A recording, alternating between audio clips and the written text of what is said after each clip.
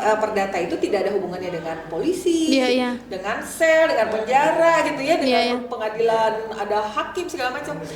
Ada, tapi perdata. Jadi yang namanya perdata itu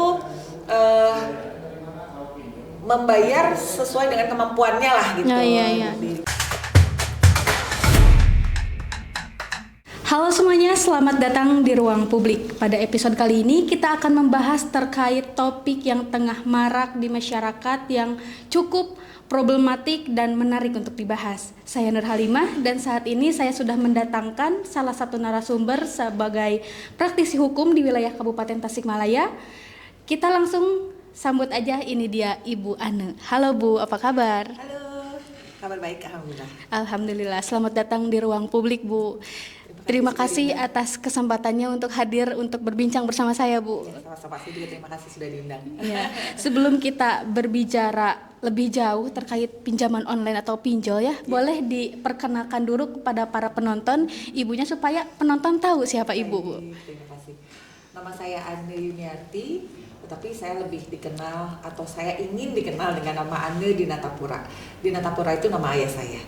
Sedikit koreksi mungkin ya, tadi disebutkan praktisi hukum di wilayah kabupaten. Yang lebih tepat adalah di Kota Tasikmalaya. Di Kota Tasikmalaya, siap Ibu. Berarti Ibu tuh sebagai praktisi hukum di wilayah Kota Tasikmalaya selama rentang berapa tahun, Bu? Udah lama? Belum terlalu lama sih, lama. Tapi saya sudah punya kantor hukum, namanya Ane Dinatapura and Partners. Ada beberapa partners lah yang bergabung di kantor hukum saya. Oke. Lalu kita masuk ke pembahasan ya, Bu. Baik. Sebetulnya pinjol atau pinjaman online itu apa sih dan apa saja jenis-jenisnya, Bu? Pinjaman online itu atau biasa disingkat dengan pinjol adalah pembiayaan atau pinjaman lembaga pinjaman yang meminjamkan uang terhadap masyarakat dalam bentuk online, karena semua sekarang serba digital ya. Jadi pinjaman pun yang biasanya orang pinjam uang harus datang ke bank gitu ya, atau harus datang ke kantor lah gitu, ke koperasi atau kemana orang yang datang yang mau minjamnya itu datang. Kalau sekarang karena zaman digital jadi bisa melalui online gitu. Itu namanya pinjol atau pinjaman online. Nah, untuk jenisnya ada dua jenis. Satu pinjaman online yang legal, artinya diberi izin oleh OJK atau lembaga keuangan yang sah secara hukum negara. Dan ada yang ilegal, artinya dia tidak berizin, gitu, tidak diberi izin oleh OJK. Jadi kayak bodong gitu ya, Bu? Iya. Oke. Jadi dua jenis itu aja sih. Oke. Yang online pinjol legal dan ilegal. Oke. Lalu di masyarakat sekarang ini kan banyak sekali ya, banyak kayak gagal bayar atau galbar kayaknya ya katanya. Nah itu tuh sebenarnya banyak orang-orang yang terjerat kasus itu tuh karena mereka pinjamnya ke pinjol yang legal atau yang ilegal, Bu? Sebetulnya dua-duanya juga bisa gagal bayar. Iya. Sebetulnya gini ya, mungkin tujuan dari OJK mengizinkan memberikan izin lah terhadap pinjol-pinjol itu sebetulnya itu inovasi baru terhadap lembaga keuangan lah gitu ya. Sebetulnya tujuannya untuk memudahkan masyarakat sebetulnya. Tetapi masyarakatnya nih yang kadang-kadang begitu dia membutuhkan uang, kemudian ada kemudahan nih di aplikasi, gampang banget kan, cuman modal KTP aja, kemudian dia langsung meminjam, padahal dia nggak tahu cara membayarkan itu gimana gitu ya. Maksudnya dia tidak punya bayangan, pikiran panjang gitu mungkin ya, Bu. Tidak pikir panjang, pokoknya sekarang butuh uang, kumaha kek bayarnya gitu. Nah itu sebetulnya yang gagal bayar seperti itu, karena kalau tepat bayarnya ya fine aja sih, karena dia nggak punya uang aja untuk membayar, jadi terjadi gagal bayar. Oke.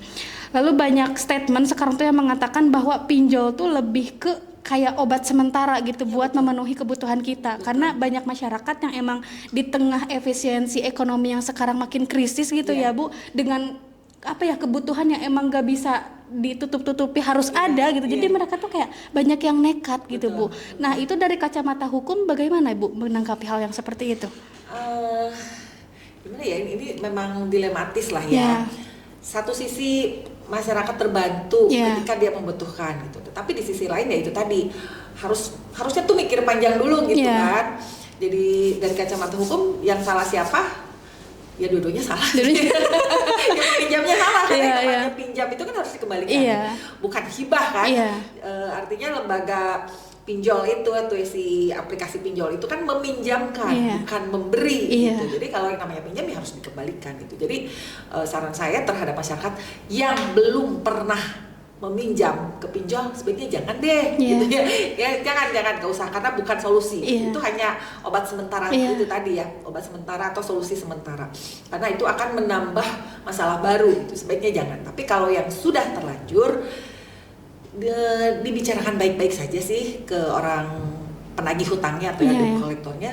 Saya kira kalau dibicarakan baik-baik bagaimana cari solusi bersama gitu, gimana Iya. cara mengembalikan pinjamannya bisa aja. Oke, tapi saat ini banyak sekali kasus debt collector yang katanya nagih itu secara gak manusiawi gitu Bu Iya, katanya. Terus juga ada juga fenomena di mana yang ditagih itu malah lebih galak daripada yang ngutangin gitu ya Bu. Itu nah gimana Bu harusnya? Nah, apakah debt collector itu bisa dilaporkan juga ketika beliau kayak misalkan sampai akhirnya dendam sampai ngasih nomor ke sembarang orang atau gimana Bu Iya. itu? Untuk debt collector yang menyalahi etika lah gitu Iya. ya, seperti misalnya meneror, kemudian mengancam, itu sudah jelas melanggar hukum. Bisa dilaporkan ke kepolisian, kedua ke OJK, ketiga ke YLKI. YLKI itu Yayasan YLKI. Lembaga Konsumen Indonesia. Kemudian Iya. satu lagi bisa ke Kominfo. Kominfo. Itu bahwa kita mengalami gagal bayar terhadap pinjol, kemudian diteror. Nah itu nanti dari pihak polisian, dari pihak OJK, dari pihak YLKI dan Kominfo bisa membantu lah mencarikan solusi gitu. Yang satu itu. Nah yang kedua apa tadi tuh yang pinjam lebih galak? Iya, lebih galak daripada yang ngutangin gitu Bu. Itu gimana Bu? Ya itu biasanya reaksi panik sih ya. Iya. Orang lagi nggak punya duit gitu Iya. ya, ditagih terus ya nggak ada yang malah balik marah Iya. gitu. Ya, itu sih ya gimana ya, pokoknya intinya kalau yang minjem itu harus kembalikan. Kalaupun sedang tidak ada gitu ya dananya untuk pengembalian, sebetulnya bisa dibicarakan baik-baik kok gitu. Iya. Bicarakan aja baik-baik, ini saya baru bisanya tanggal sekian gitu ya, atau minta waktu atau gimana lah gitu. Sebetulnya kalau kita terima baik-baik, itu mereka juga baik kok, debt collector gitu. Jadi intinya komunikasi dan Betul. kita harus jujur gitu sama Iya, keadaan kita iya. gitu ya. Minta waktu atau gimana lah gitu ya, karena kewajiban tetap kewajiban, Iya. harus tetap dibayar gitu. Oke, lalu kalau misalnya kita nih udah terlanjur terjun ke pinjol itu dan misalkan kita udah terjerat sampai dikejar-kejar sama debt collector gitu ya. Nah, kan tadi solusinya dijelasin ada 4 lembaga yang bisa menaungi itu ya. Nah, kalau misalnya ke kepolisian, OJK, LKI, Kominfo, salah satunya saya meng-highlight yang kepolisian gitu ya. Iya, Kan iya. sekarang tuh banyak apa-apa tuh bayar. Nah, itu kayak gimana, Bu? Enggak sih, enggak semua itu oknum. Ya, ya. Oknum, karena lembaga kepolisian itu kan lembaga negara Iya. yang melindungi lah, Iya, itu seharusnya mengayomi ya. mengayomi. Semua aduan itu pasti diterima, Iya. tapi ditindaklanjuti atau enggak, nah itu tergantung dari petugas kepolisiannya. Kalau oknum-oknum yang ada duit Nah, dilanjut nih, iya. gitu. Itu oknum. Iya, iya. Tapi dicoba aja lah, gitu Iya. ya, akan ada pengaduan dulu ke sana ke kepolisian. Oke, lalu terkait pemerintah ya menghadapi kasus-kasus sekarang yang banyak masyarakatnya terjerat pinjol dan dikejar debt collector, itu pemerintah bagaimana Bu melihat kacamata yang seperti ini fenomena? Iya, balik lagi ke tujuan tadi ya. Iya. Sebetulnya pemerintah dalam hal ini OJK mengizinkan itu sebetulnya maksudnya baik lah. Iya. Kalau saya rasa pinjol dengan kartu kredit tuh nggak jauh beda. Iya, iya. Jadi kalau kita mau pinjam itu dana sementara lah, dana Iya, talang iya, gitu iya, ya. iya. Kembalikan misalnya tenornya berapa lama nih, 1 Iya. bulan gitu. Bulan depan kita harus sudah bayar.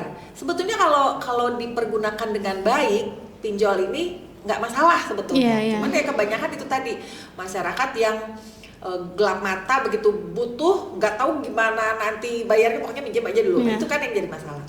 Saya rasa pemerintah dalam hal ini OJK harus lebih mengawasi lagi lah ya, apalagi banyaknya muncul pinjol-pinjol ilegal. Iya. Itu diberantas aja lah kalau bisa, karena itu cenderung mengandung apa ya unsur penipuannya Iya, ada iya. gitu. Jadi diberantas aja. Itu saran saya terhadap pemerintah seperti itu.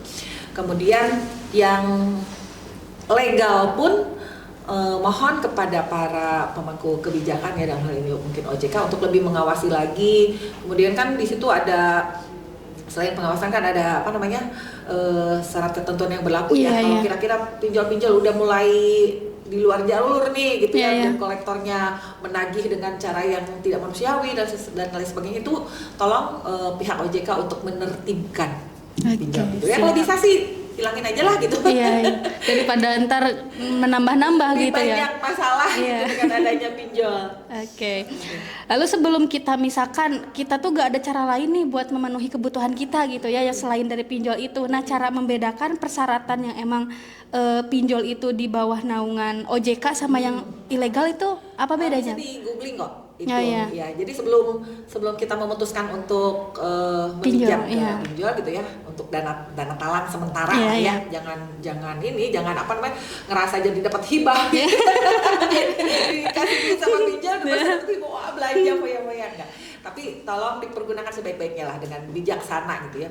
Pergunakan uang itu sesuai keperluan, dan ketika kita sudah mempunyai apa namanya dana untuk pengembalian nanti segera dikembalikan gitu. Sebelum memutuskan itu kita lihat dulu di Google nama pinjolnya apa gitu ya. Lembaga yang itunya Lembaga ya. yang akan kita pinjami itu nama lembaganya apa. Kalau mau lebih jelasnya lagi ya bisa datang ke OJK untuk minta Draft list nama-nama listnya lembaganya. yang mana nih yang kira-kira aman gitu. Oke. Lalu ada juga statement yang mengatakan bahwa kayak katanya kita tuh misalkan udah minjem nih, tapi karena misalkan kita gagal bayar nih, kayak karena kita minjemnya di pinjol-pinjol yang ilegal, katanya ada statement yang mengatakan bahwa pinjol ilegal itu tidak boleh dibayar gitu, karena emang bunganya yang semakin lama tuh semakin mengerikan gitu ya. Iya, Nah, itu iya. gimana Bu terkait statement tersebut? Kalau saya sih gimana ya? Kalau bisa ya bayar pokoknya dulu misalnya Iya, gitu ya. Tapi itu bisa gak Bu kayak gitu? Sebetulnya enggak sih. Oh, Kalau enggak. mereka kan yang namanya ilegal itu pasti nyari keuntungan sebesar-besarnya Iya, kan. Ya makanya ketika sudah terjadi peminjaman dan bunganya sangat mencekik gitu, Iya. nah balik lagi nanti datang aja ke OJK minta solusi. Ini gimana nih? Karena si ilegal ya, si pinjol itu ilegal, minta solusi gimana nih dari OJK. Saya sudah terlanjur meminjam ke Iya. pinjol yang ilegal, kemudian dengan bunga sekian gitu kan, apa namanya, pokok sekian bunga sekian, pokoknya memberatkan. Minta solusi ke OJK harus bagaimana gitu penyelesaiannya, solusinya. Pokoknya intinya jangan panik aja.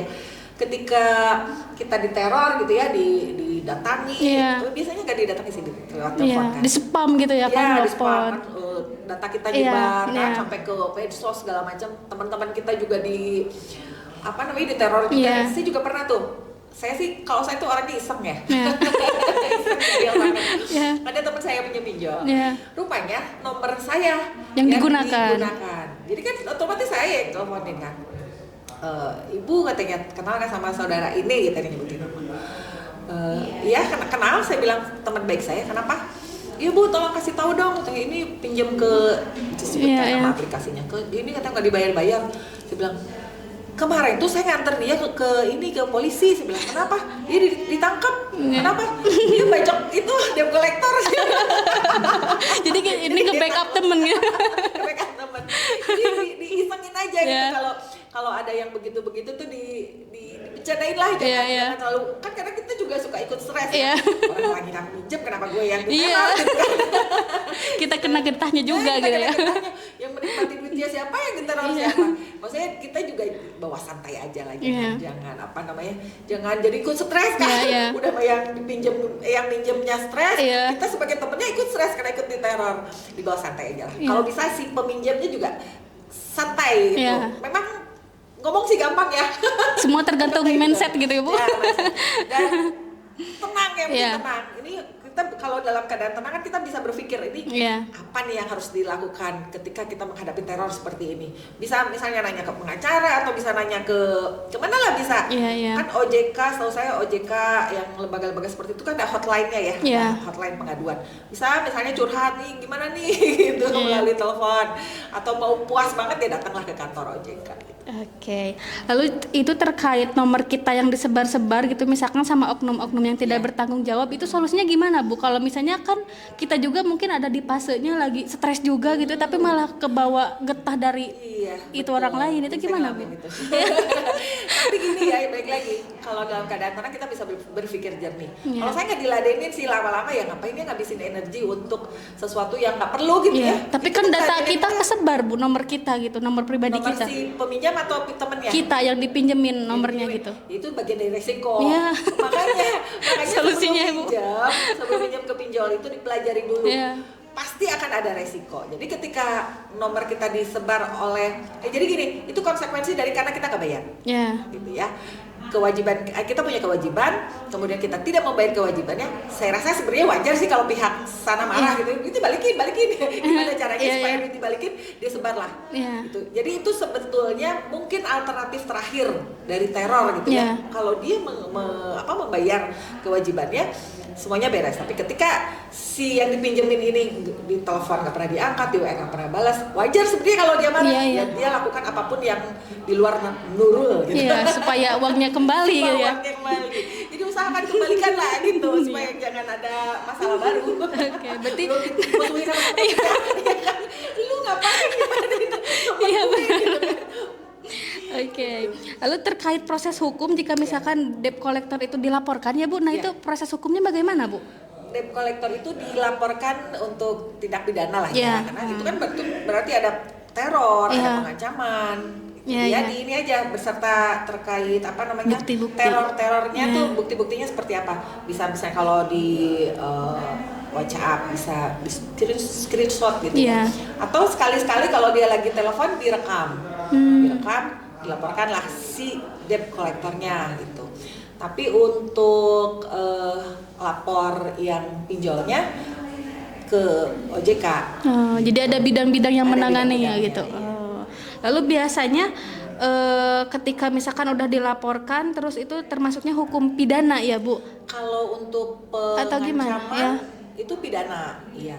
Kalau si pinjol gitu ya kan kadang-kadang si debt collector itu mengancam misalnya akan menyita rumah atau menyita, dengan ancaman seperti itu. Gak usah takut karena yang namanya pinjaman itu apapun bentuknya itu masuknya ranah hukum perdata. Jadi kalau namanya ranah hukum perdata itu tidak ada hubungannya dengan polisi, dengan sel, dengan penjara gitu ya, dengan pengadilan, ada hakim segala macam. Ada tapi perdata. Jadi namanya perdata itu membayar sesuai dengan kemampuannya lah gitu. Kan nanti jadi gini, si pinjol mengadukan si peminjam ke pengadilan negeri gitu dengan gugatan perdata. Perdata ya. Awalnya iya. Ya memang perdata. Oh, perdata gitu. Bukan pidana ya. Bukan pidana. Yang mengadukan pidana itu justru si peminjam mengadukan si debt collector ada ancaman. Iya. Tapi kalau pihak pinjol nih kan kesal nih, dia meminjamkan uang ke peminjam kemudian tidak dibayarkan kan. Nah, si pihak pinjol ini tidak bisa mengambil rumah misalnya, mobil atau apapun itu nggak bisa karena ini ranah perdata. Untuk menyita rumah atau mobil atau apapun lah aset si peminjam itu dibutuhkan melalui proses sidang perdata yang sangat panjang dan biayanya juga besar. Sekarang taruh lagi nih, pinjolnya cuman 10 juta gitu ya. 10 juta. Terus biaya untuk sidang perdata, mengajukan gugatan perdata ke pengadilan negeri itu biayanya besar sekali. Itu jadi dalam proses hukumnya gitu ya. Iya, jadi nggak usah takut misalnya jadi mobilnya mau diambil tiba-tiba dirampas itu nggak sekejam itu berarti ya Bu. Nggak bisa. Kalau itu terjadi laporkan saja, itu perampasan. Jadi saling lapor melapor ujungnya ya. Pada awalnya karena butuh ya Bu. Iya kata penjualnya, lu udah ditolongin. Iya. Gitu. Ya jadi gitulah. Artinya pidana dan perdatanya harus dibedakan gitu ya. Okay. Pinjaman apapun bentuknya, mau pinjam kemanapun, pinjaman adalah kasus perdata gitu ya. Okay. Untuk pidananya itu pinjol bisa dilaporkan pidana kalau dia tidak berizin, misalnya gitu. Atau lembaganya ya Bu? Lembaganya yang dilaporkan. Oknum debt kolektornya yang meneror atau mengancam itu tindak pidana. Oke. Lalu biasanya proses perhukuman itu tuh biasanya berapa lama Bu? Dan ujungnya tuh kesimpulan yang bisa diambilnya gimana? Kayak misalkan si yang pinjolnya itu ngelaporin gitu ya, terus yang meminjamkannya juga melaporkan. Nah itu kan saling lapor-melapor. Nah itu ujungnya gimana Bu? Saya belum pernah dengar sih ada yang gitu. ada pinjol yang melaporkan itu belum pernah dengar. Karena itu tadi pinjamnya misalnya cuma 10 juta, 20 juta, 30 juta, tapi biaya yang dibutuhkan untuk mengajukan gugatan perdata itu sangat besar dan prosesnya sangat lama. Saya belum pernah dengar ada pinjol yang mengadukan atau mengajukan gugatan perdata ke pengadilan, belum pernah ada. Saya juga belum pernah dengar ada peminjam yang mengadukan ke polisi gitu ya, ke pihak yang berwajib debt collector karena mereka udah keburu takut duluan. Mereka sudah pusing dengan dirinya sendiri ya. Pusing dengan dirinya sendiri dan ketidakpahaman bahwa jadi dia tuh udah mikirnya wah nanti jangan-jangan rumah saya diambil nih atau misalnya kendaraan bermotornya diambil atau apapun lah gitu, udah di frame begitu, udah dicuci otak lah. Jadi yang ada udah takut duluan. Jangankan lapor ke polisi, orang dianya udah takut duluan, kan yang dia pikir adalah dia yang akan dilaporkan ke polisi gitu. Jadi ini saya senang sekali bisa diundang ke sini, mudah-mudahan bisa mengedukasi para penonton karena yang namanya pinjol itu tidak ada peminjam gitu ya. Peminjam itu tidak ada hubungannya dengan penjara, tidak ada hubungannya dengan polisi, nggak ada. Kalau si orang debt kolektornya mengancam seperti itu bohong, itu cuma untuk menggertak aja supaya cepat-cepat dibayar. Sekarang banyak korban yang bunuh diri, ada yang sampai stres, depresi gara-gara saking putus asanya itu saking putus asanya karena diteror. Karena terornya ini yang membuat stres, trigger ya ke diri kita. Triggernya tuh karena gara-gara terornya. Nggak usah takut. Oke, tapi itu Bu terkait pinjol itu membuat kita ketagihan atau enggak kalau misalnya kita misalkan kita gagal bayar jadi kayak gali lubang tutup lubang gitu Bu. Itu bisa jadi kayak gitu Bu? Iya, pasti. Jadi untuk membayar yang ini pinjam ke yang ini, ini pinjam terus begitu, gitu kan nggak selesai kan? Saran saya janganlah. Kalau yang belum sekalipun jangan coba-coba ya. Baru satu, jangan minjem lagi ke yang lain karena akan menggunung kan nanti jadi bola salju tuh makin gede, makin numpuk, makin besar. Sebaiknya jangan dihindari lah yang belum. Kalau yang udah terlanjur ya silakan ke OJK aja minta solusi gimana untuk cara penyelesaiannya. Siap. Lalu ini Bu terkait hukum perdata sama pidana tadi yang disampaikannya, saya tuh masih belum paham sebenarnya perbedaan dan persamaan perdata sama pidana itu bagaimana Bu? Pidana dan perdata. Kalau pidana itu ada aduan ke pihak kepolisian berhubungan dengan tindak pidana lah gitu, tindak pidana. Si pelapor mengadukan ke kepolisian, nanti diproses, ada penyidikan gitu ya. Ada gelar perkara segala macam. Kemudian kalau sudah memenuhi unsur tindak pidananya dilimpahkan ke kejaksaan, dari kejaksaan lalu disidangkan di pengadilan negeri yang ujung-ujungnya adalah bersalah atau tidak. Kalau bersalah masuk penjara gitu. Itu pidana. Kalau perdata itu ada sengketa gitu loh antara dua orang, misalnya bisa tentang tentang hutang lah. Tentang kayak pinjol ini sendiri gitu ya. Pinjol. Itu si katakanlah korban gitu ya, korban mengajukan gugatan perdata ke pengadilan negeri, kemudian nanti dipanggil lah para pihak. Itu pokoknya ujung-ujungnya tuh penyelesaian. Mediasi gitu. Ya, di mediasi. Ini misalnya nanti hakim